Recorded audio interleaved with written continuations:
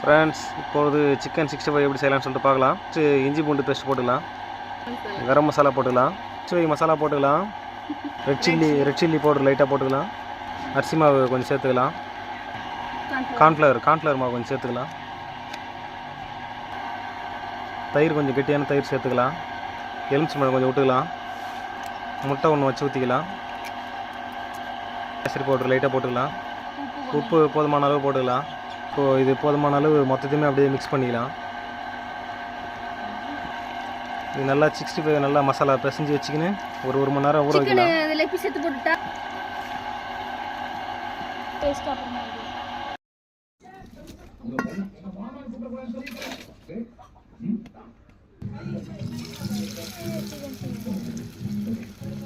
டக்கு டக்குன்னு போடணும் வீடியோ.